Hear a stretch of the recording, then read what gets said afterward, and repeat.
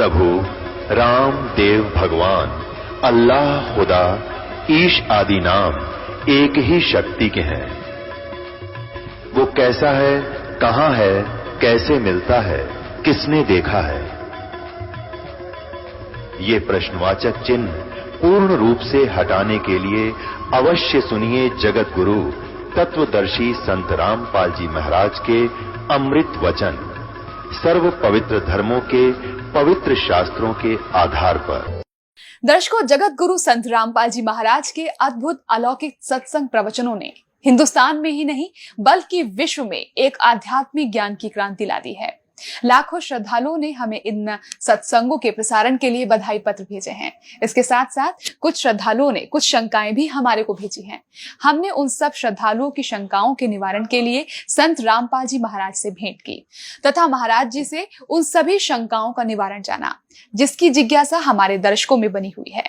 तो आइए अब जानते हैं परम पूज्य जगत गुरु तत्वदर्शी संत रामपाल जी महाराज से आपकी हर शंका का समाधान। महाराज जी, गीता अध्याय 3 के श्लोक 6, 7, 8 में गीता ज्ञानदाता कह रहा है कि जो साधक समस्त इंद्रियों को हठ पूर्वक रोक कर साधना करता है वह मूर्ख तथा मिथ्याचारी, पाखंडी, दंभी कहा जाता है।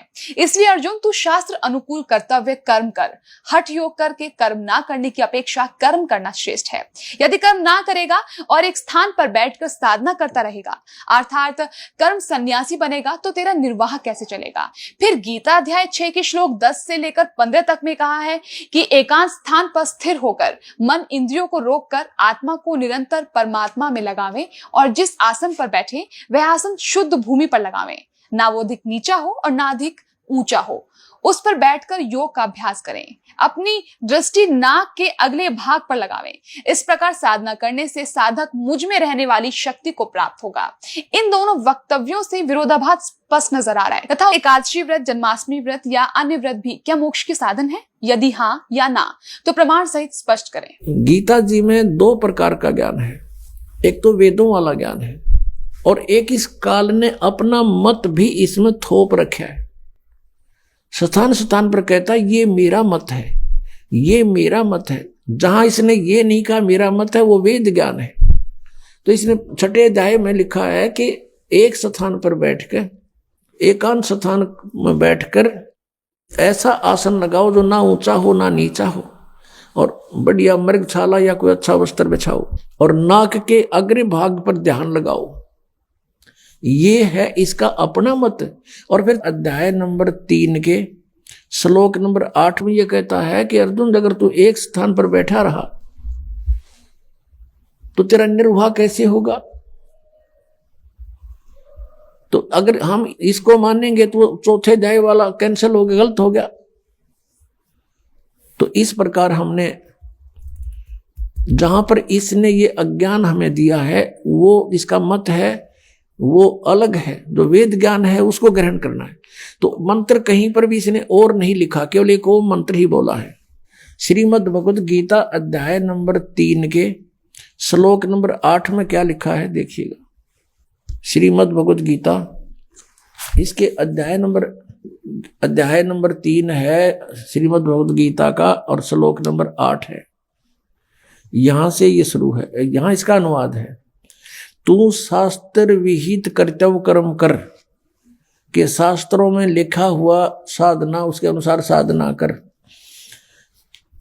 क्योंकि कर्मों के न करने की अपेक्षा कर्म ना करना यानी एकांत स्थान पर बैठ कर हठ योग करना की अपेक्षा कर्म करना ही श्रेष्ठ है।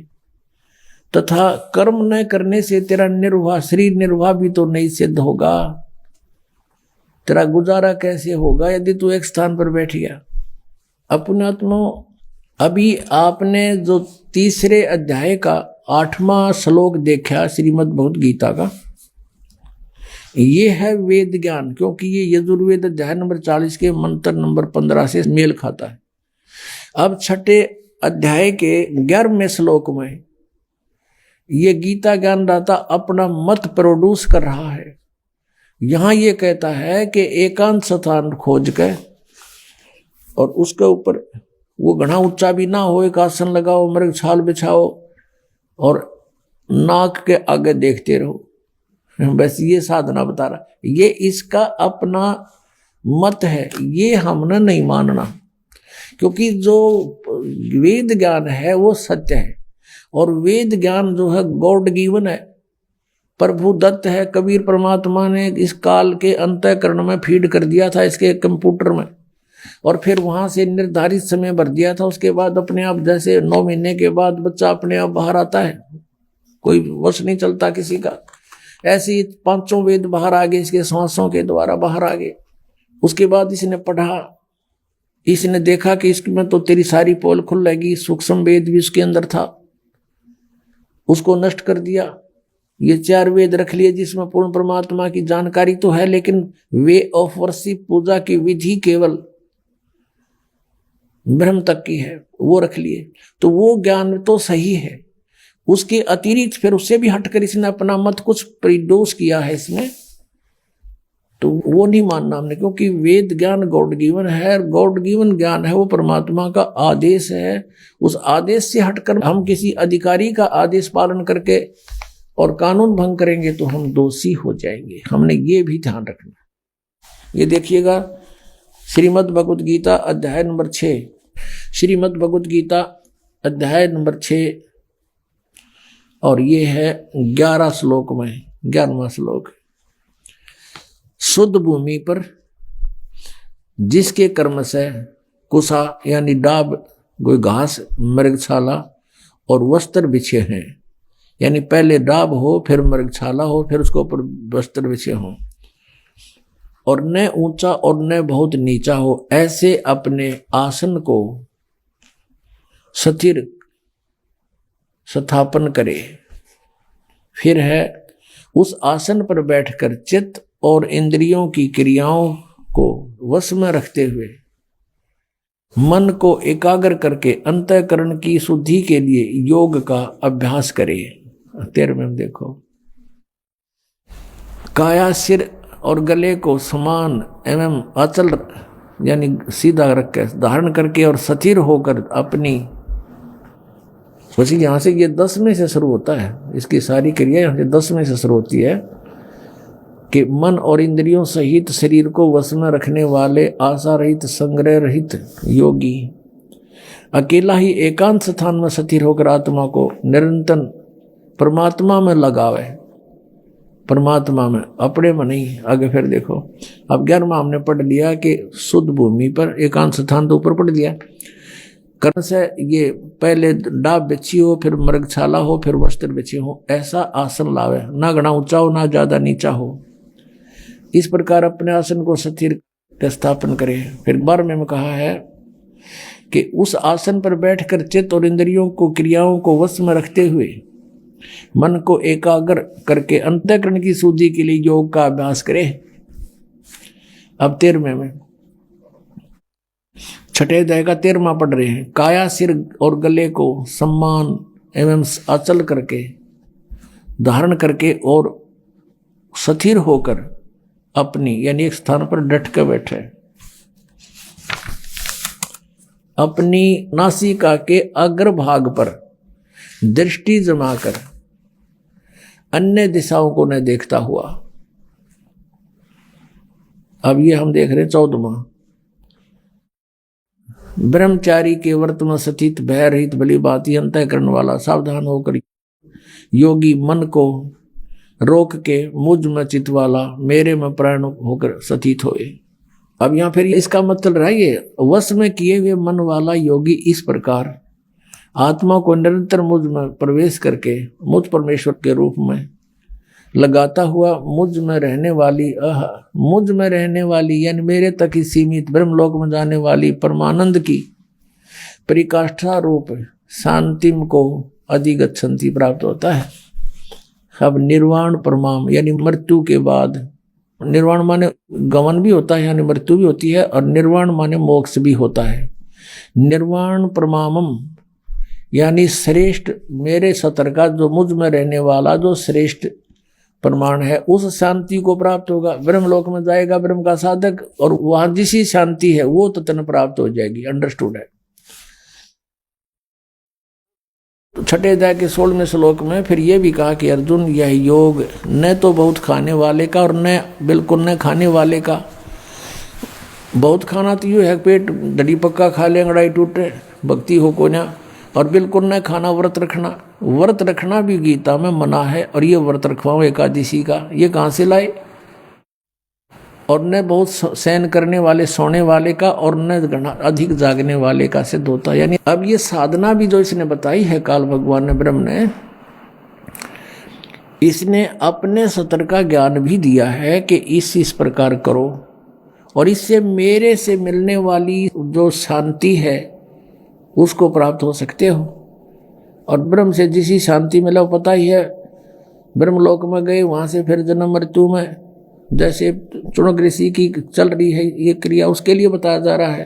तो ये छठे अध्याय का है, ये 10 से लेकर और अभी आपने 15 तक पढ़ा, 16 तक पढ़ा। 16वें में तो ये भी कंसेप्ट क्लियर कर दिया है कि व्रत रखना भी व्यर्थ है। और ये एकादशी का व्रत तो बहुत महत्वपूर्ण कर बताते। तो ये लोक वेद है, दंत कथा है इनकी, वेद शास्त्र विधि रहित ज्ञान है, उसके करने से कुछ भी लाभ नहीं होगा। गीता जी अध्याय नंबर 16 के श्लोक नंबर 23 के अनुसार।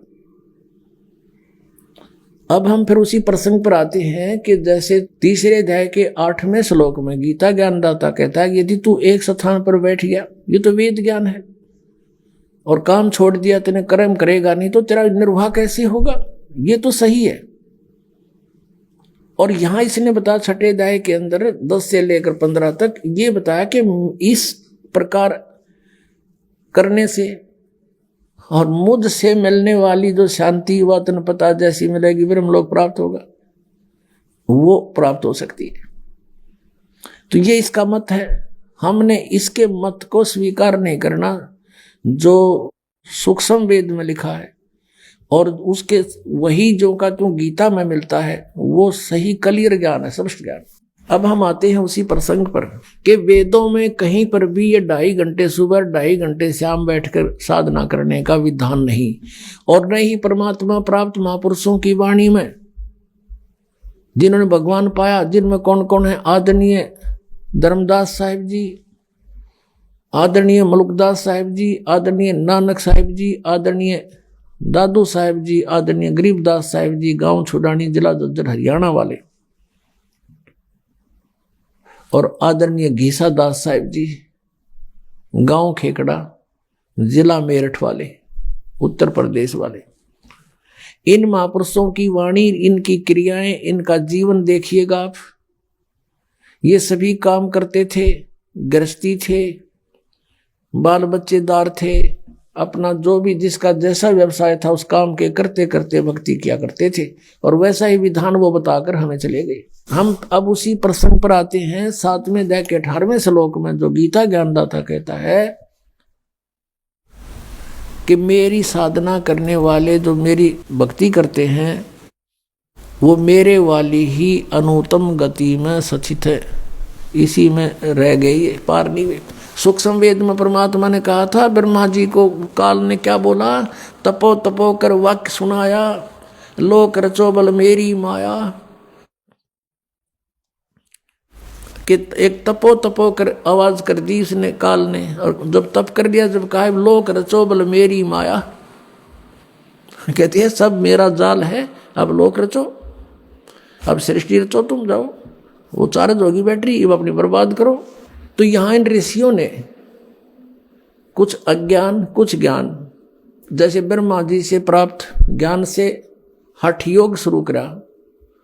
ब्रह्मा जी ने बताया कि मुझे परमात्मा की आकाशवाणी, मैंने 1000 वर्ष तप किया, फिर आकाशवाणी हुई कि सृष्टि करो। तो ये भी उन्होंने परम अक्षर ब्रह्म की वाणी मान ली, या थी काल की वाणी, आकाशवाणी, और उधर से ओम नाम वहां से ले लिया।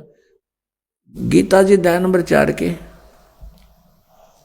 श्लोक नंबर 8 में लिखा कि अर्जुन, यदि तू हट करके बैठ गया एक स्थान पे, तो तेरा निर्वाह कैसे चलेगा? तो कहने का भाव यह है कि हठ योग नहीं करना किसी भी शास्त्र में नहीं लिखा है। अब आपने सुन लिया, यजुर्वेद अध्याय नंबर 40 के मंत्र नंबर 15 में स्पष्ट किया है कि ओम कर तू समर, किलबे समर, और करतुम समर। ओम नाम का जाप काम करते करते सिमरण करो, विशेष कसक के साथ सिमरण करो, अपना मनुष्य जीवन का प्रथम कर्तव्य मूल कर्तव्य जानकर सिमरण करो। हठ योग एक स्थान पर बैठकर करने को नहीं कहा। ऐसा नहीं है कि जैसे आप बैठे हो तो बैठ के भी कर लो, समय काम नहीं है, कोई दिक्कत नहीं, लेट कर कर लो, चलते कर लो, बैठते हो। जैसे सूक्ष्म वेद में कहा कि नाम उठत नाम बैठत, नाम सोत जागवे, नाम खाते नाम पीते, नाम से ती लागवे। तो इस प्रकार ये साधना तो इस तरीके की है, ये वेदों अनुसार यानी सदग्रंथों में तो ये सहज साधना है, सहज साधना, सिंपल वर्शिप। और इन्होंने अपने हठ योग ज्ञान से इसको इतना कठिन बना दिया। कोई तप करता खड़ा होकर, कोई उल्टे पैर करके, ऊपर न पैर नीचे को सिर करके, कोई व्रत रख के, कोई पहाड़ों पर जाता भगवान को खोजने के लिए, और कोई कुछ अन्य मंत्र करता है जैसे हरे कृष्ण कृष्ण कृष्ण हरे हरे राधे राधे श्याम मिला दे। ये गीता जी में है कहीं? तो गीता जी में जो लिखा है वो साधना है भक्ति की। उससे छोड़कर जो साधना या मंत्र हम करते हैं वो शास्त्र विधि को त्याग कर मनमाना आचरण है, वो यूजलेस है। गीता जी अध्याय नंबर 16 के श्लोक 23 में कहा कि अर्जुन, जो शास्त्र विधि को त्याग कर मनमाना आचरण करते हैं, न तो उनकी गति हो सकती, ना उनको सुख हो, ना कोई सिद्धि प्राप्त हो सकती, यानी यूजलेस। तो गीता जी में जो वर्णित विधि है उसके पाने का जो मंत्र है, और फिर शेष संकेत दे रखा है कि उस तत्वदर्शी संत को पूछो, पता करो, तो वो है साधना करने की। तीसरे अध्याय के 8वें श्लोक में गीता ज्ञानदाता कहता है, यदि तू एक स्थान पर बैठ गया, ये तो वेद ज्ञान है, और काम छोड़ दिया, तेने कर्म करेगा नहीं, तो तेरा निर्वाह कैसे होगा? ये तो सही है। और यहां इसने बताया 6ठे अध्याय के अंदर 10 से लेकर 15 तक ये बताया कि इस प्रकार करने से और मुझ से मिलने वाली जो शांति व तन पता जैसी मिलेगी, ब्रह्मलोक प्राप्त होगा, वो प्राप्त हो सकती है।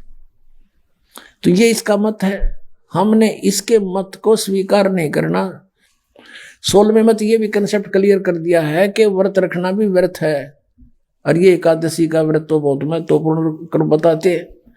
तो ये लोक वेद है, दंत कथा है इनकी, वेद शास्त्र विधि रहित ज्ञान है, उसके करने से कुछ भी लाभ नहीं होगा। गीता जी अध्याय नंबर 16 के श्लोक नंबर 23 के अनुसार जो सूक्ष्म वेद में लिखा है, और उसके वही जो का तो गीता में मिलता है, वो सही क्लियर ज्ञान है, स्पष्ट ज्ञान।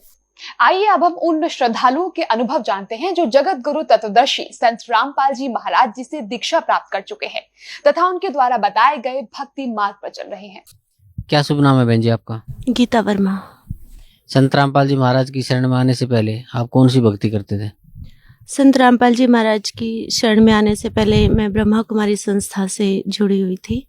मैं बचपन से ही 6th क्लास में थी, तब से ब्रह्मा कुमारी संस्था में जाने लगे थे, क्योंकि हमारे ऊपर बहुत ज़्यादा भूत प्रेतों का, मेरे पूरे परिवार के ऊपर ही असर था।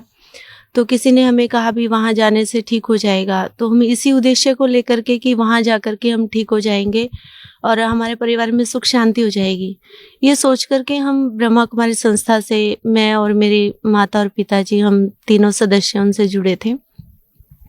वहाँ पर हमने 14 वर्ष तक वहाँ की सभी नियम मर्यादाओं को निभाते हुए, सब कुछ करते हुए, वो सारी भक्ति जैसा भी उन्होंने जो भी मेडिटेशन योगा जो भी बताया वो सब किया। लेकिन उन सब को करने के बावजूद भी किसी भी तरह का कोई भी लाभ हमें नहीं हुआ, ना ही तो कोई हमारे ऊपर से भूत प्रेत का कोई असर खत्म हुआ। और जो हमारी परिवार की जो समस्याएं दिन प्रतिदिन बढ़ती ही जा रही थी, कोई भी कम होने का कोई नाम नहीं ले रही थी। हमारे ऊपर इतना ज़्यादा असर था इन चीज़ों का कि मेरे पिताजी खेती बाड़ी करते थे, वो जैसे भैंसे लेकर के आते थे, बैल लेकर के आते थे, तो रात को उनको अच्छे से चारा वगैरह डाल के सब करके और सो जाते थे। सुबह देखते थे तो वो मरे मिलते थे। इस तरह से करके घर की ऐसी हालत हो गई थी कि हमें अगर नमक भी लाना पड़ता था तो उसके लिए भी सोचना पड़ता था। कि ना लाए तो ही अच्छा है। इस तरह से करके हम बहुत ज़्यादा दुखी हो गए थे। तो उस दुखी होने की वजह से बार बार मेरा अंदर से आता था कि कहते हैं परमात्मा सुख के सागर हैं, वो सभी दुखों को काट देते हैं, वो दुख हरता सुख करता है। लेकिन ये क्या हो रहा है, क्यों हमारे दुख नहीं कट रहे, क्यों हमें सुख शांति नहीं मिल रही, क्यों हमारी समस्याएं हल नहीं हो रही। बहुत ज़्यादा हमारी समस्याएं बढ़ती जा रही थी। तो उस भक्ति से हमें किसी भी तरह का कोई भी लाभ प्राप्त नहीं हुआ। फिर इस आहिस्ते आहिस्ते परमात्मा से विश्वास इन सब वजह से उठने लगा। मन में आया कि नहीं, यहाँ पे भगवान नहीं है। वो कहते हैं कि शिव परमात्मा है, लेकिन नहीं, ये परमात्मा नहीं है। अगर ये परमात्मा है तो फिर परमात्मा दुख हरता सुख करता नहीं है। इस तरह की बहुत सारी उलझने हमारे माइंड में चलती रही, जिससे हम परमात्मा को ढूंढने की एक इच्छा और प्रबल होने लगी कि नहीं, परमात्मा कोई और है, कहीं और है, कहाँ है। तो इसी कसमकस में लगभग 14 वर्ष वहाँ पर बीत गए, ये सोचते सोचते कि शायद कभी हल हो जाए। वहाँ पर जितनी भी बड़ी दादियाँ, बड़े भाई जो भी थे, सबसे हम पूछते थे कि ऐसी समस्या है, ऐसा हो रहा है, तो अब हम क्या करें, अब हम क्या करें। तो वो जैसा भी उसका बताते थे कि आप मेडिटेशन कीजिए, आप एक ही टाइम में और एक ही जगह पर बैठ कर के लगातार 3 महीने तक, सवा महीने तक इस तरह से मेडिटेशन कीजिए, आप मौन व्रत रखिए, आप इस तरह से सुबह अमृत वेले उठ करके आप मेडिटेशन कीजिए। तो वो सब करने के बावजूद भी समस्याएं बढ़ती ही जा रही थी, कोई भी समस्या हमारी हल नहीं हो रही थी। मैं जी संत रामपाल जी महाराज की शरण में कैसे आए? संत रामपाल जी महाराज जी ने हम पे 20 अप्रैल 2006 में दया की कि हम उनकी शरण में आए। उससे पहले मेरे जो फूफा जी थे, उन्होंने गुरुजी से नाम उपदेश लिया था, और वो भी एक बहुत अच्छी एक घटना घटी थी, जो परमात्मा कहते हैं कि सुख के माथे सिला पड़े जो नाम हृदय से जाए, बलिहारी उस दुख की जो पल पल नाम रटाए। तो मेरे फूफा जी जो थे वो एक अर्जी निवास थे, उनसे अचानक से कोई गलत रजिस्ट्री किसी ने करवा ली थी, तो जिसकी वजह से उनके ऊपर 6 महीने की सज़ा और 1 लाख रुपए का जुर्माना हो गया था। जैसे ही उनको संत रामपाल जी महाराज की किताब मिली, उन्होंने उस किताब को पढ़ा, और किताब पढ़ने के बाद वो गुरुजी की शरण में आए, उन्होंने नाम उपदेश लिया। आज जैसे कि उनको किताब मिली, अगले दिन उन्होंने नाम उपदेश लिया, और तीसरे दिन ये फाइनल था कि उनको ये सज़ा मिलनी है। उन्होंने गुरुजी से प्रार्थना की कि गुरुजी ऐसे ऐसे हुआ है। तो गुरुजी ने कहा कि बेटा, अगर आप सच्चे हो तो परमात्मा साथ हैं। जैसे ही वो कोर्ट के अंदर गए तो एकदम से जज ने बोला कि आपके ऊपर कोई केस नहीं होता है और आप फरी हैं। उनको बाइज्जत बरी कर दिया गया। इस बात से हमारी हालत जो घर की बहुत ज़्यादा ख़राब हो रखी थी, तो मेरे पिताजी, उनके पास, मेरे फूफा जी के पास सोनीपत में सब्जी की दुकान उन्होंने की थी। तो फिर फूफा जी ने उनको बताया कि ऐसे ऐसे मेरे ऊपर समस्या आई थी, गुरुजी की दया से ठीक हो गई है, तो आप भी नाम उपदेश ले लीजिए। तो मेरे पिताजी ने सोचा कि ठीक है, बाकी सब जगह भक्ति और देवी देवताओं की करके और ब्रह्मा कुमारी संस्था में भी इतने वर्षों तक रह करके सब देख लिया, लेकिन किसी चीज़ से कोई लाभ नहीं हो रहा, तो यहाँ भी देख लेते हैं। तो पिताजी ने नाम उपदेश ले लिया। जैसे ही मेरे पिताजी ने नाम उपदेश लिया, परमात्मा बंदी छोड़ सद्गुरु रामपाल जी महाराज की इतनी दया हुई कि उनके शरीर में भी और उनकी मन में भी इतनी एकदम शांति और इतना उजाला सा उन्होंने फील किया कि जैसे एक मुर्दे के अंदर जाना चाहती हैं। उसके बाद उन्होंने मेरे माताजी को नाम उपदेश लेने के लिए कहा, तो माताजी ने भी नाम उपदेश ले लिया। फिर उन्होंने मुझे कहा, जब भी मैं कभी घर पे मिलने के लिए आती थी माता पिता से, तो वो हमेशा मुझे गुरुजी के बारे में बताते थे कि आप एक बार चल कर देखिए, आप वहाँ से नाम उपदेश ले लीजिए। तो मैं पिताजी की किसी भी बात को एक्सेप्ट नहीं करती थी। मैं कहती थी नहीं, मुझे गुरुओं के चक्कर में नहीं पड़ना है, मैं ठीक हूँ। लेकिन मैं अंदर से सेटिस्फाई भी नहीं थी अपने रास्ते से, अपने उस संस्था में ज्वाइन करने से, वहाँ से भी मैं सेटिस्फाई नहीं थी। लेकिन मैं जैसे गुरुओं के बारे में सुना था बहुत कुछ, कभी नेगेटिव कभी पॉजिटिव सुनते रहते थे, तो उसकी वजह से मेरा विश्वास नहीं था गुरुओं पे। तो मैंने कहा था मुझे गुरुओं के चक्कर में नहीं पड़ना। तो एक दिन परमात्मा की रज़ा हुई कि मेरे माता पिता अचानक से वो अपने काम के लिए खेत में गए, तो वहाँ पर गुरुजी की जो संत रामपाल जी महाराज अमृत जल देते हैं, तो वो अमृत जल की बोतल उनके मंदिर में रखी हुई थी। उस अमृत जल की बोतल को देख कर के मेरी इच्छा हुई कि मैं इसको पी लूँ, तो मैंने उसे पिया। मेरे ऊपर जो भूत प्रेतों का असर था, उसको पीने से मेरे को बहुत शांति और बहुत रिलैक्स महसूस हुआ। फिर मैं गुरुजी की जो तस्वीर थी वो गोदी में लेकर के बैठ गई और मैं बहुत रोई। मैं इसलिए रोई कि परमात्मा को पाने के लिए मैं इतने वर्षों से भटक रही हूँ। गुरुजी, आप कहते हो कि कबीर साहब परमात्मा है और ब्रह्मा कुमारी संस्था वाले कहते हैं कि शिव परमात्मा है। आखिर परमात्मा कौन है, कहाँ है, जिसकी तलाश में आज तक हम भटक रहे हैं? आप कहते हो कि परमात्मा सुख देने वाले हैं, फिर हमें सुख क्यों नहीं मिल रहा? इस तरह से मैं गुरुजी की शरण में बहुत ज्यादा रोई। तो वहां रोते रोते ही मैं सो गई। तो बंदी छोड़ कबीर साहब गुरुजी के रूप में आए और सपने में ही उन्होंने मुझे प्रथम मंत्र दिया। उसके बाद फिर मेरी इच्छा हुई कि मैं एक बार आश्रम जरूर आऊं और देख कर के आऊं। तो उससे पहले मैंने गुरुजी को 2 पत्र भी लिखे थे, जिसके अंदर मैंने बहुत कुछ लिखा था और मैंने अपनी माताजी को भी कहा था कि गुरुजी क्या जवाब देंगे, आप पूछ करके आना। तो गुरुजी से जब मेरे माताजी ने प्रार्थना की तो गुरुजी ने कहा कि जब बेटी सामने आएगी तभी उसको उसकी प्रार्थनाओं का जवाब देंगे। तो इस उद्देश्य को लेकर के कि मैं गुरुजी से जो मैंने प्रार्थना की है उसका क्या वो जवाब देते हैं, वो लेने के लिए भी मैं मात्र देखने के लिए क्रोथा आश्रम के अंदर आई थी। जैसे ही मैं आश्रम के अंदर आई, मैंने आश्रम के अंदर प्रवेश किया, तो एकदम से मुझे ऐसे लगा जैसे ये सब कुछ मैंने पहले से ही देख रखा है।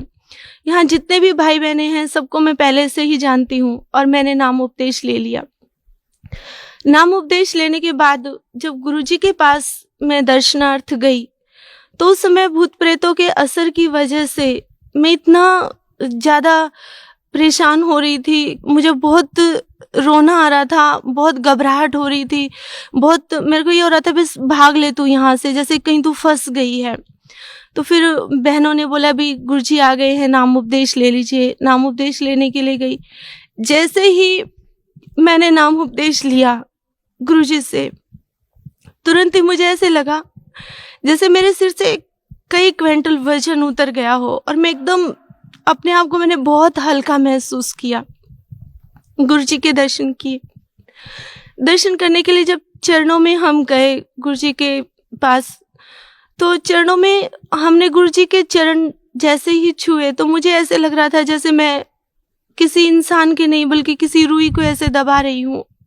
तो उसको देख करके अचानक से मैंने गुरुजी की फेस की तरफ देखा तो मुझे गुरुजी के चारों तरफ एकदम सफ़ेद लाइट सी नजर आई और गुरुजी बहुत सफ़ेद, एकदम सफ़ेद थे, जो ऐसा सफ़ेदी कि मैं उस कलर को बयान नहीं कर सकती। यहाँ पर वो कलर नहीं है जो उस समय मैंने गुरुदेव जी का देखा था।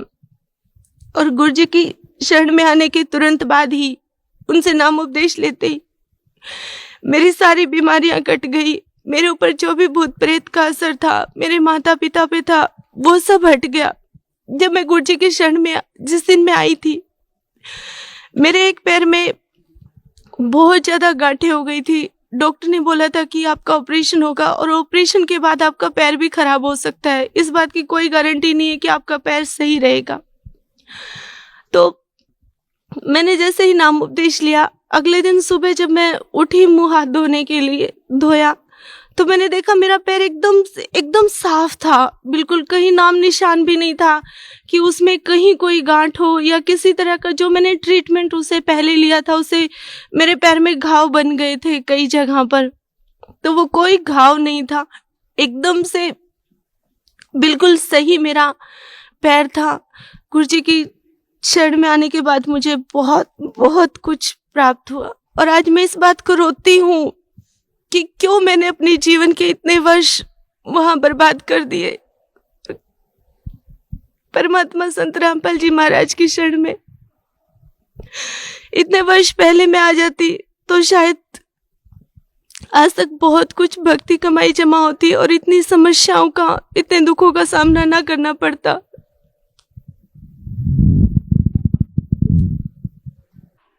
लेकिन अब मेरे पास कोई शब्द नहीं है कि जिसके लिए मैं परमात्मा का शुक्र कर सकूं, बंदी छोड़ सतगुरु रामपाल जी महाराज का, कि उन्होंने इतनी बड़ी दया, इतनी असीम कृपा हम पे की कि जो अपने श्री चरणों में ले लिया। गुरु जी के शरण में आने के बाद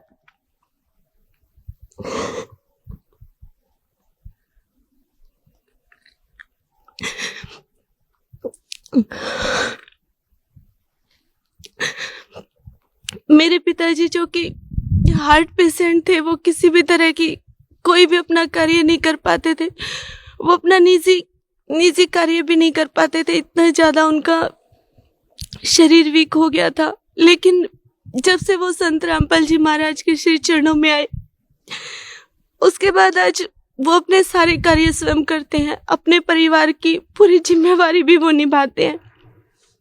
मेरे माता जी को अल्सर हो गया था, जिसमें डॉक्टर्स ने ये बोल दिया था कि ये अल्सर कैंसर के अंदर परिवर्तित हो चुका है। उन्होंने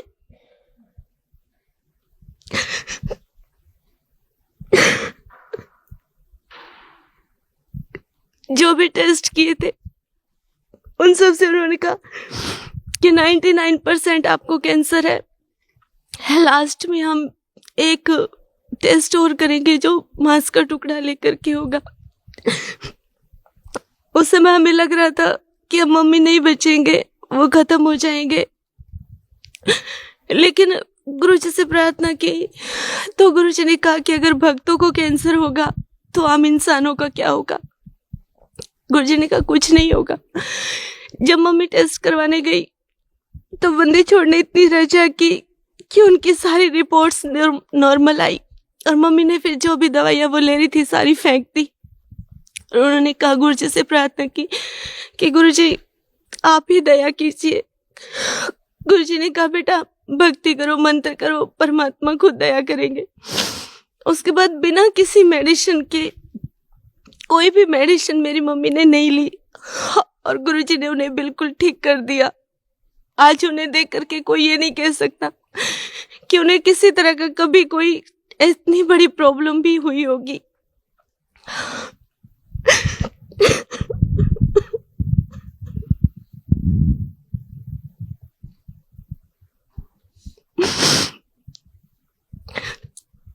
बहन जी, आप ब्रह्म कुमारी पंथ से पहले जुड़ी हुई थी, तो वहां पे आपको क्या भक्ति दी जाती थी?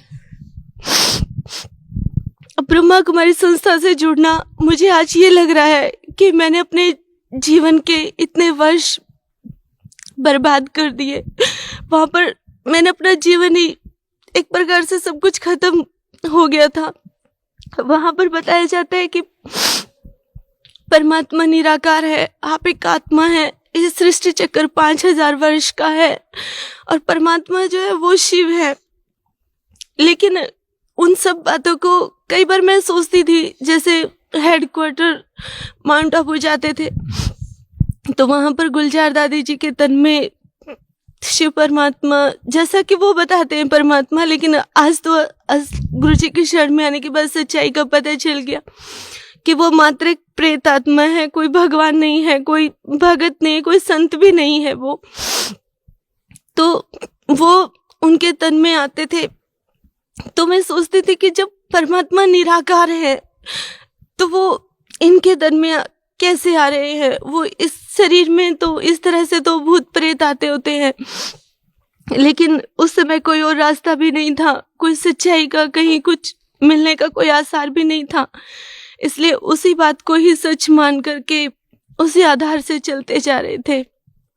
लेकिन गुरु जी की शरण में आने के बाद, परमात्मा से जुड़ने के बाद सारी सच्चाई का पता चला कि परमात्मा निराकार नहीं, वो साकार है, वो शय शरीर है और उनका नाम कबीर है। वो परमात्मा सतलोक के वासी हैं, जो हम सब आत्माओं को वाक्य में ही आकर के सुख देते हैं, हमारे सभी दुखों को मिटाते हैं। मेरे परिवार पर जो परमात्मा ने रजा बख्शी है, जब से हम संत रामपाल जी महाराज के शरण में आए हैं, तो तब से इस बात का एहसास हुआ है कि वाकई में परमात्मा क्या होता है, भक्ति क्या होती है, भगवान क्या होता है। उससे पहले ये शब्द सुने थे कि भक्ति होती है, भगवान होता है, लेकिन वो क्या होता है, कैसा होता है, वो संत रामपाल जी महाराज के श्री चरणों में आने के बाद ही पता चला। बहन जी, जो ब्रह्म कुमारी में जो मुरली बताते हैं, वो मुरली क्या होती है? मुरली होते 4 पेज होते हैं, जिसमें जब गुलजार दादी के तन में वो प्रेत आत्मा, वो उनका शिव बाबा, वो भगवान जिसे वो परमात्मा मानते हैं, वो आते हैं तो वो प्रवचन देते हैं 1.5-2 घंटे का, 3 घंटे का। तो वो प्रवचन रिकॉर्ड किया जाता है और उस रिकॉर्डिंग उसके अंदर टेप किया जाता है, लिखा जाता है। तो उसको लिख करके ही जितने भी ब्रह्मा कुमारी संस्था के जितने भी सेंटर हैं, जितने भी उनके आश्रम हैं, सभी आश्रमों पर भेजी जाती है। उसी को ही वो मुरली बोलते हैं। वाकई में मुरली तो संत रामपाल जी महाराज के जो सत्संग है, जो वचन है, वो वाकई में मुरली है। क्योंकि मुरली माना मधुर वचन, जो हमारे जीवन में कुछ चेंज लाए, जो हमारे दुखों को खत्म करे, जो हमें जीवन दान दे। तो वो मुरली, वाकई में जो मुरली है, वो संत रामपाल जी महाराज के प्रवचन है, ना कि वो। बहन जी, आज भी जो लोग ब्रह्म कुमारी से जुड़े हुए हैं, तो उन लोगों को आप क्या कहना चाहते हैं? मेरी ब्रह्मा कुमारी संस्था से जुड़े हुए सभी भाई बहनों से हाथ जोड़ करके प्रार्थना है कि आप सभी एजुकेटेड हैं, इंटेलिजेंट हैं, आप सबने परमात्मा की खातिर अपना घर परिवार, अपने भाई बहनें सभी छोड़े हैं, आप समर्पित हैं भगवान की खातिर। तो एक बार, सिर्फ एक बार आप संत रामपाल जी महाराज जी द्वारा बनाई गई बुक ज्ञान गंगा, या फिर उनका जो साधना चैनल पर, जी जागरण पर जो सत्संग आता है, वो आप अवश्य सुनिए। कहीं ऐसा ना हो कि कल आप मेरे की तरह रोए कि हमने इतने वर्ष अपने जीवन के बर्बाद कर दिए। क्योंकि सभी ब्रह्मा कुमारी संस्था के भाई बहनों से मेरी रिक्वेस्ट है कि थोड़ा सोच कर देखिए, वो दादी जो कि head of the department Brahma Kumari संस्था की थी, प्रकाशमणि दादी जी, जो 9 वर्ष की परमात्मा की खातिर समर्पित हो गई थी। उन्होंने कितनी तपस्या, कितना सहन किया, कितना सब कुछ किया, उसके बावजूद उनका अंत क्या हुआ? उनका अंत हुआ कि वो ब्रेन ट्यूमर से उनकी मृत्यु हुई। 2 महीने वो कोमा में रह करके, हॉस्पिटल में रह करके उनकी मृत्यु हुई है। वो दादी जिनको आप कहते हैं गुलजार दादी, जिनके तन में परमात्मा आते हैं, आपकी भाषा में, मेरी भाषा में नहीं, क्योंकि मुझे तो संत रामपाल जी महाराज के श्री चरणों में आने के बाद पता चल गया कि परमात्मा कौन है, कहाँ है और कैसे हैं। गुलजार दादी जिनके तन में वो प्रेत आत्मा आती है, आज उनके हर साल कैंसर के ऑपरेशन होते हैं, उनका भी शरीर स्वस्थ नहीं है। जगदीश भाई जिन्होंने पूरा ब्रह्मा कुमारी संस्था के अंदर जितना भी लिटरेचर है, सारा लिटरेचर उन्होंने लिखा है, तो वो लिखने वाले का भी अंत हॉस्पिटल में ही हुआ।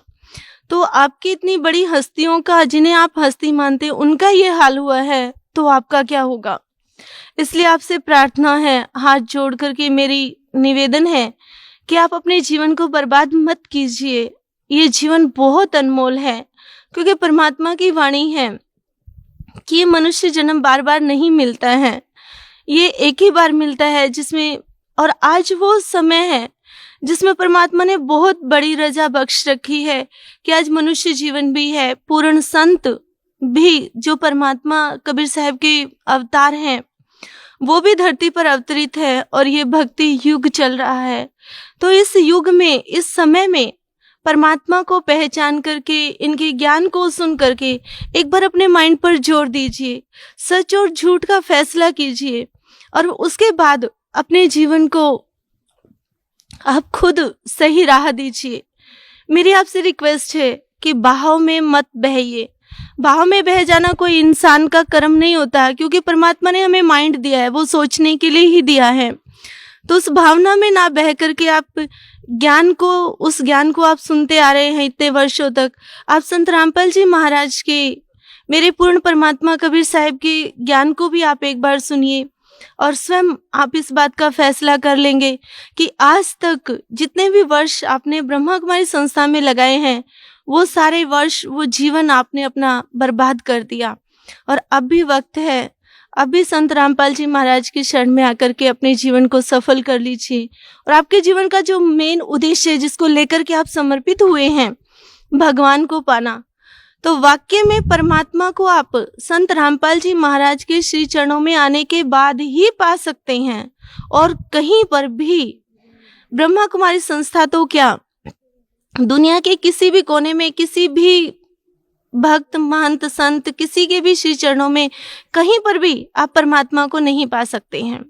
ये 100% गारंटी है कि परमात्मा को अगर आपने पाना है, अपने जीवन को सफल करना है, मोक्ष अगर आपको चाहिए, तो केवल और केवल संत रामपाल जी महाराज के श्री चरणों में ही है। इसलिए आप अपने जीवन को बर्बाद मत कीजिए। इस ज्ञान को एक बार सुन करके अपने जीवन को सफल कीजिए, क्योंकि इस समय इस सृष्टि पर केवल एक संत रामपाल जी महाराज ही हैं जो 6 शास्त्र, सभी 18 पुराण, वेद, ग्रंथ, सभी पर आधारित ज्ञान देते हैं। वो संसार की लोक कथाओं के आधार पर ज्ञान नहीं देते हैं। गुरुजी की जो भी किताबें हैं, जो भी सत्संग वो आप करते हैं, उन सबको आप देखिए, सभी वेद शास्त्रों को गुरुजी ने खोल करके प्रत्यक्ष हम सबको दिखाया हुआ है।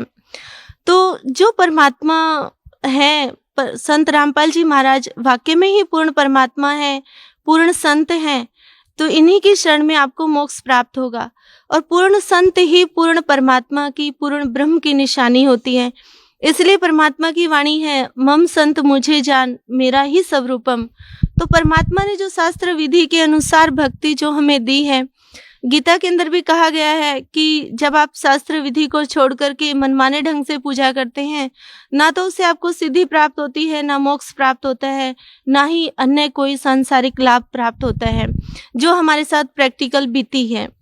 तो अभी मैं आप सबसे प्रार्थना करती हूँ कि आप संत रामपाल जी महाराज के श्री चरणों में आकर के जो शास्त्र विधि के अनुसार भक्ति दे रहे हैं, उससे अपने जीवन को सफल कीजिए।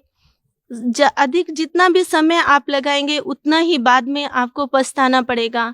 इसलिए आप समय ना लगा करके जल्दी से जल्दी इनकी शरण में आकर के अपने जीवन को सफल बनाइए। बहन जी, कुछ और कहना चाहते हैं आप भगत समाज को? सभी से मेरी एक ही प्रार्थना है कि आप औरों को देख करके ये मत समझिए कि वहाँ पर भीड़ ज़्यादा है तो वहाँ वो संत ज़्यादा बड़ा है, वहाँ पर अधिक भीड़ है, वहाँ पर बड़े बड़े ऑफिसर्स जाते हैं तो वहाँ का ज्ञान ज़्यादा अच्छा है। लेकिन ये परमात्मा की शरण में, संत रामपाल जी महाराज की शरण में आने के बाद आपको इस बात का एहसास होगा कि आप आज तक जहाँ भी आप लगे हुए थे, जहाँ पर भी आपने अपने जीवन को लगाया हुआ था, वो सब आप बर्बाद कर रहे थे। और सॉलिड ज्ञान जो 100% सच है, संत रामपाल जी महाराज ने जो हमें ज्ञान दे रखा है, उसमें कहीं कोई भी चूक नहीं है, किसी भी तरह का कोई भी संशय क्रिएट नहीं होता है। संत रामपाल जी महाराज का ज्ञान जब आप सुनेंगे, जब उनकी बनाई गई बुक्स को, उनके आध्यात्मिक लिटरेचर को जब आप पढ़ेंगे, तो अपने आप जो सवाल आपके माइंड में कभी उठे भी नहीं है, उन सवालों का भी जवाब आपको 100% और हजारों उदाहरणों के साथ, हजारों प्रूफ के साथ परमात्मा संत रामपाल जी महाराज देते हैं। तो उसे आप सुनिए, देखिए, समझिए। और परमात्मा ने आपको माइंड दिया है, उस माइंड का आप इस्तेमाल कीजिए, अपने जीवन को सफल कीजिए। धन्यवाद बहन जी, आपका बहुत बहुत धन्यवाद। नमस्कार सर। नमस्कार जी, सत साहिब। आपका शुभ नाम क्या है जी? मेरा शुभ नाम जी रामपाल दास है जी। कहाँ से आए आप? यूपी, जिला शामली, गांव वैदखेड़ी है जी।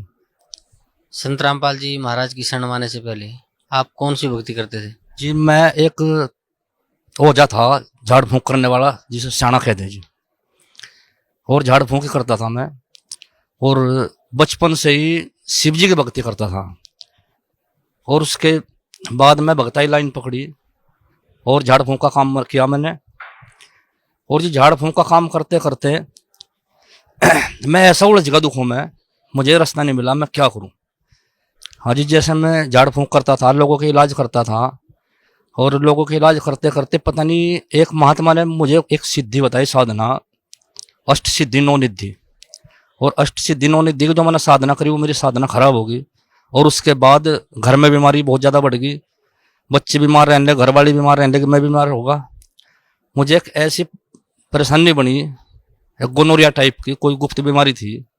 मैं बहुत बड़े बड़े डॉक्टर छान मारे, कहीं किसी से कोई आराम नहीं मिला और मैं थक के बैठ गया।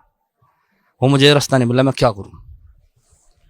सर, संत रामपाल जी महाराज की शरण में कैसे आए आप?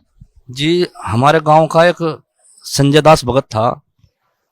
मैं अपनी जो मेरी घरवाली थी भक्तमती जो है, मैंने उसे भेजी उसी घरवाली के पास में, पूछो भाई जैसा आपने सत्संग ले रखा संत रामपाल जी महाराज का, वहाँ कोई साने टाइप के भगत टाइप के आदमी भी जा गया।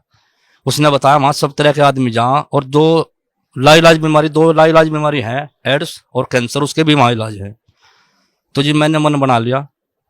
मेरी घरवाली के भी कुछ ऐसा रोग था, एक रसोली थी और कुछ 2-3 परेशानी ऐसी थी। डॉक्टर ने कह दिया भाई 20 दिन में ऑपरेशन करा लो, इसका कोई इलाज नहीं है। मेरे ऐसी परेशानी थी कि मैं दिल्ली SISD हॉस्पिटल है वहाँ भी गया और मेरठ, शामली, हर जगह दिखा लिया, बात बनी नहीं। तो मैं जी इरादा बना लिया, मैं उस लड़के को कहने लगा संजय दास को, भाई मुझे वहाँ से लेकर चलो, मैं भगताई लाइन से परेशान हूँ, मेरे पास अकेला ही लड़का है, मैं चाह रहा ये इस लाइन में ना आवे, भगताई लाइन में मेरा तो जीवन खराब हो ही गया।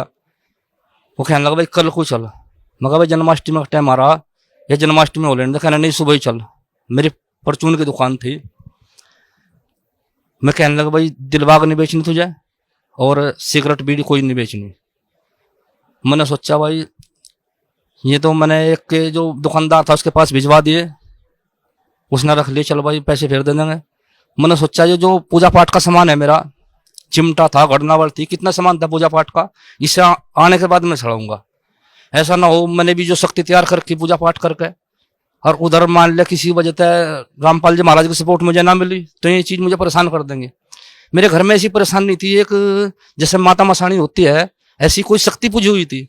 अगर उसका किसी बुध में हमने जोत ना लगाई और उसकी धार ना दी उसकी दारू की या पानी की, तो घर वाली को परेशानी बनती है, लड़की को परेशानी बनती। तो मुझे सबसे बड़ा खतरा उसका था। मैं पहले गुरु जी का सामने अरदास करेंगे, नाम लेने के बाद में कुछ जो मैं कर्म बताऊंगा वो कर्म करेंगे, उस कर्म करने के बाद में जब सामान सड़ाऊंगा ये। तो जी कोई बात नहीं। वो लड़का कहने लगा ऐसा कुछ नहीं है, तो सच्चे दिल से इस बात को सोचा मुझे चलना है, तुझे सपोर्ट मिल जाएगी। तो जी मैंने मेरे पास धार दी हुई दारू रखी थी, मैं वो एक जगह सड़ाया, बाहर स्कूल था, और मैं बीड़ी और माचिस दिलबाग मैंने बाहर भिजवा दिए, एक दुकानदार को दे दिए। तो रात के टाइम में जो मेरी चीज थी जिनकी मैं पूजा करता था, जो खाड़ाबंद था मेरा प्रधान था, जो मतलब खाड़े का, वही मेरे पास में आया, दिखाई दिया मुझे। वो कहने लगा भाई तुम परमात्मा की शरण में जा रहे और तुमने बहुत अच्छा करा। मेरे 4 भाई हो रहे और मैं 5 हैं, मैं इन्हें लेकर जा रहा। मैं मुझे जाते हुए दिखाई दिया, मैंने अपनी घरवाली को बताया आज इस करके ये चीज जान लग रही, ये जान लग रही, मुझे ऐसे ऐसा कह रहे, है कह रहे परमात्मा की शरण में जा रहे तुम तो जी मैं चले गए। जो 2 शक्ति और थी, मैं कहने लगा तू वहां परमात्मा की शरण माना जाओ, भगत जी जैसे तू कहेगा वैसे हम वैसे कर देंगे। मैं कहना चलो तुमने तो बता दिया परमात्मा है, मैं यही बात पूछनी चाह रहा था, मैं परमात्मा है, मुझे चाहता मेरे पूरे परिवार को खत्म कर दियो, चाहे मुझे गुरु जी नाम दे या ना दे, पर बाकी मैं भी चाहता मैं पूजने का नहीं। जब मैं बार बार तो मैं कहूँगा मुझे परेशानी है, मेरे घर में परेशानी है, मुझे बताओ परेशानी क्यों है, किसकी परेशानी है, क्या हो रहा है, किसी ने कोई रास्ता नहीं दिया था, मैं पूजने का नहीं। तो जी मैंने इस बात का मन बना लिया, मुझे सपोर्ट गुरु जी की मिल गई। मैंने वो सुबह ही सारा सामान भर के बोरी में और गाड़ी करके वहां से हम 6 सदस्य घर के थे और हम 6 के 6 अपना गाड़ी में बैठ के 2 भगत हमारे साथ, हमारे गाँव के हमारे साथ में आ गए। हमने वो जमुना में चढ़ा के यहाँ नाम ले लिया। मैंने गुरु जी से कहा गुरु जी मैंने 17 साल भगताई करी, शरणपत करी और मैं आपकी शरण में आ गया जी, मेरी रक्षा करियो। गुरु जी ने कहा बेटा नाम दवा दिया सारे परिवार को। मैं कहा यहाँ नाम दवा दिया, परमात्मा सब रक्षा करेंगे। तो जी गुरु जी ने नाम दे दिया, हम यहाँ से चले गए। ये वो तो मैं तो उन पर बहुत तगड़ा भरोसा करो था, जो मैं जिन चीजों को मान लू था, मैं तो सोचू था यही सब कुछ है। उनका मोह तो हटाना बहुत भारी था, परंतु गुरु जी ने, परमात्मा ने इतना साथ दिया। अब मुझे पता नहीं था इन मंत्रों में इतनी शक्ति है। जिस टाइम मैंने मंत्र जाप करा और मैं किसी जगह रिश्तेदारी में जा रहा था और बारिश रही थी और मैंने सोचा भाई बारिश में भीगू ना, इस मंत्र जाप को। जो संत रामपाल जी महाराज ने जो मंत्र दिए थे हमें शुरू में, जो नाम दिए थे, उनमें इतनी शक्ति थी, मुझे इतना मालूम नहीं था इतनी बड़ी शक्ति होगी। जैसा मैं किसी रिश्तेदारी में गया हुआ था और बारिश बंद नहीं होती, 4-5 दिन हो गए। मैंने मेरा भाण जागा, वो कहना मम्मा जी घर चलना है। मगर बारिश तो बंद होने रही है, कैसे भी हो। उसने मोटरसाइकिल स्टार्ट करी, मैंने मंत्र जाप करा, मुझे इस बात का भी आभास नहीं था भाई इतनी शक्ति है। जैसे मैं मंत्र पढ़ता हुआ गया जो गुरुजी ने दिए थे, आगे बारिश बंद होती चली गई, पीछे बारिश हो रही थी, शुरू का चांस था। उसके अगले दिन तीसरे दिन जैसा मैं बाजार में गया था, हमारी जो घरवाली है भक्तमती, उसका फोन गया, मेरा मधुमक्खियों का कारोबार था, उसने फोन करा कि मधुमक्खियों के लिए चीनी लेता आना 20 किलो। मेरे पास कोई थैला भी नहीं था। उस दुकानदार ने जो पन्नी में चीनी डाल ली 20 किलो, और मैं सोचा ऐसे पन्नी तो पट जाएगी रास्ते में, कैसा होगा। मैंने ऐसे ही गुरु महाराज का ध्यान लगा, संत गुरु रामपाल जी महाराज का, तो मुझे नाली में एक पन्नी पड़ी हुई दिखाई दी। मैंने सोचा है तो भीग रही होगी, मैंने पन्नी को उठाई और नीचे उसके हाथ फेर कर देखा तो पन्नी सूखी मिली। मुझे बड़ा आश्चर्य, ऐसा तो मेरी जो चीज जिन्हें मैं मानता था मैं भी इतना साथ नहीं देती थी। बहुत साथ दिया मेरा इन्होंने, मेरा मन जम गया, हाँ इस मंत्र में कुछ शक्ति है, परमात्मा में, संत गुरु रामपाल जी महाराज में शक्ति है, मेरा विश्वास जमता गया। अगले दिन जैसे मैंने देखा, बैटरी के तार सुबह से हट रहे थे और लगभग 1 बजे के करीब अपने आप रमैनी चालू होगी जी। मेरे बच्चे भी इस बात को देख कर हैरान हो गए, हकीकत तो चमत्कार, हर रोज एक चमत्कार दिखने लगा। तो जिस बात से मेरी आस्था बढ़ती चली गई।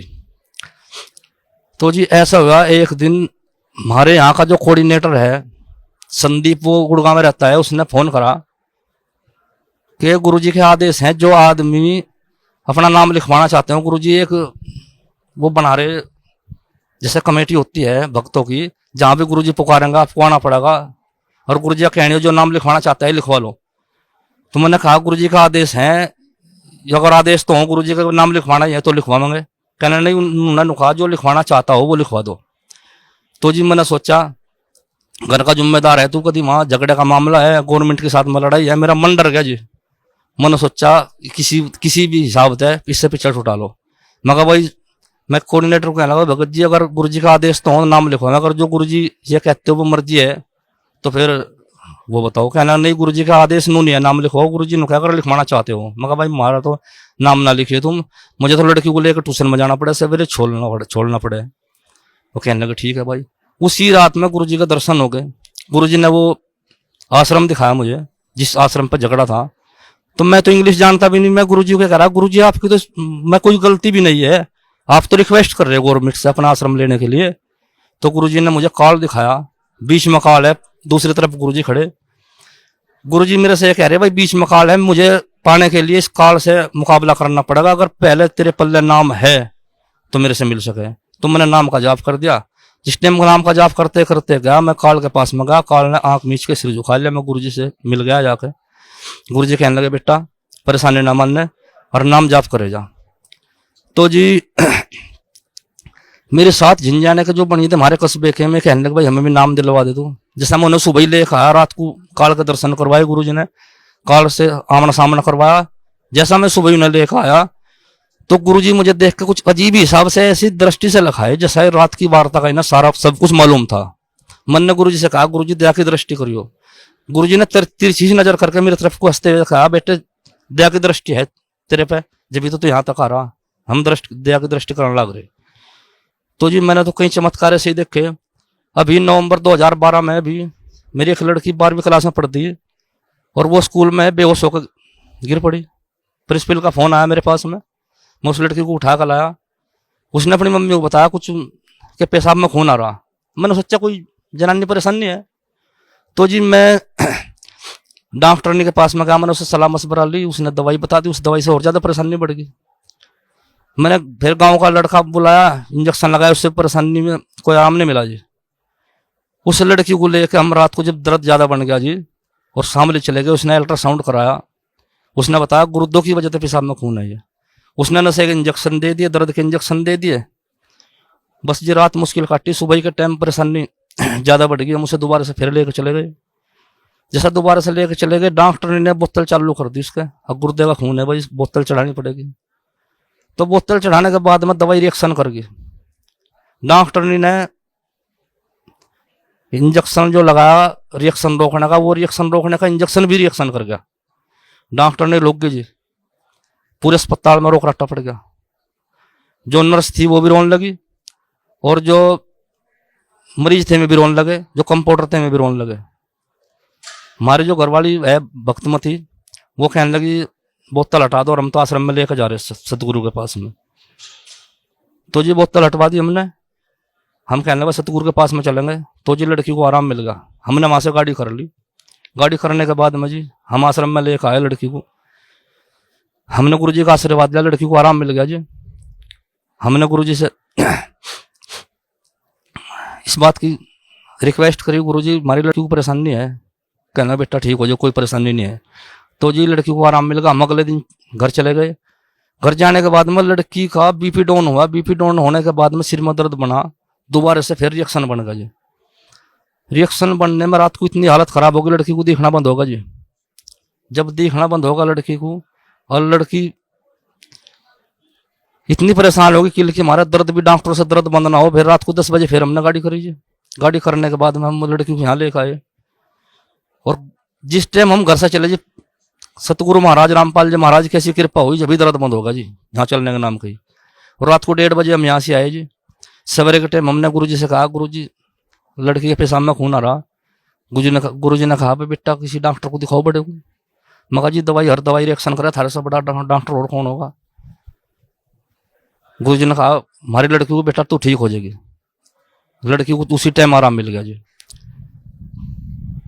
तो जी जिस टाइम शाम के टाइम आशीर्वाद लेने के लिए लड़की आई, लाइन में लग रही थी, गुरु जी दूर से देख कर हंस पड़े लड़की को। कहना बेटा अभी तो आराम होगा। हाँ गुरु जी आराम है। हम 3 दिन रहे जी हाँ। 3 दिन रहने के बाद में मैंने गुरु जी को पूछा, गुरु जी अब तो लड़की ठीक है, गुरु जी हम घर चले जाओ। गुरु जी कहने लगे हाँ बेटा घर चले जाओ, नियम का ध्यान रखना जी। तो जी उस दिन से लड़की ठीक है। हम तो सतगुरु रामपाल जी महाराज ने नया जीवन दिया, इनके बहुत एहसान है। जो सिर और शरीर उन्हीं का है। सत्संग। सर आप जिससे पहले झाड़ फूक का काम करते थे, ओझा का काम करते थे, अब वो छोड़ के आप संत रामपाल जी महाराज की शरण में आए हैं, तो भगत समाज को क्या संदेश देना चाहते हैं आप? यही संदेश देना चाहता हूँ जी। जब मैं बचपन में छोटा सा था जी, मुझे जब से ही परले दिखाई देख रहे थे सपने में। रात को जैसे मुझे परले दिखाई होती थी, क्या तो जल से परले होती थी और या फिर अग्नि से। तो जिस टाइम सवेरे आँख खुलती थी सवेरे, तो मुझे ऐसा महसूस देता कोई मोक्ष का रास्ता ढूंढ ले, कोई मोक्ष का रास्ता जो उससे मुक्ति मिल जा। मुझे ऐसा कोई रास्ता दिखाई नहीं देता। तो जिस दिन से हम यहाँ से आए, उस दिन तय मन को इतनी शांति होगी कि सतगुरु रामपाल जी महाराज आम इंसान नहीं है, ये खुद परमात्मा है। और मैं भक्त समाज को, ओझा समाज को, सियाणे समाज को ये संदेश देना चाहता हूँ कि वो लाइन छोड़कर जो आधी अधूरी है, और उस रास्ते को छोड़कर काल के रास्ते को छोड़कर परमात्मा की शरण में आओ और अपना कल्याण करवाओ। जी धन्यवाद आपका, बहुत बहुत धन्यवाद।